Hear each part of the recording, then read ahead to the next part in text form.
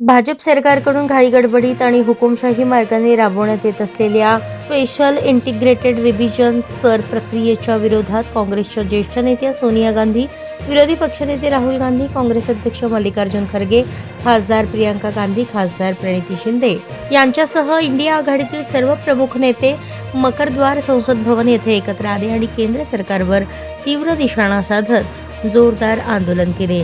यावेळी सर वापस low, sir पर चर्चा करो, प्रधानमंत्री संसद में आओ, तानाशाही नहीं चलेगी अशा जोरजोरात घोषणाबाजी करण्यात आली।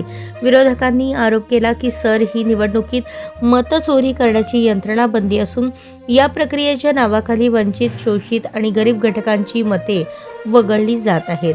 लोकशाहीला घातक ठरणाऱ्या या कार्यपद्धतीद्वारे निवडणुकीचा उघडपणे गैरवापर होत असल्याचे विरोधकांचे म्हणणे आहे। सरच्या माध्यमातून लोकशाहीचा विनाश केला जात आहे, नागरिकांचे हक्क हिरावले जात आहेत। ही हुकुमशाही आम्ही कधीही सहन करणार नाही। लोकशाहीच्या रक्षणासाठी आमचा आवाज सतत उठत राहील असा ठाम संदेश इंडिया आघाडीने दिला।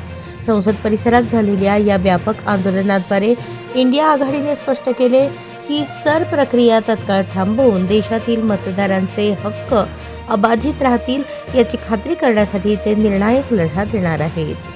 वापस लो मोदी सरकार डाऊन मोदी सरकार शेम हा आपला हक्काचा चॅनल AG न्यूज। संपादक अंबादास गज्जर। या यूट्यूब चॅनलला लाईक करा, शेअर करा, सबस्क्राईब करा। संपर्क 94 92 37 68 92।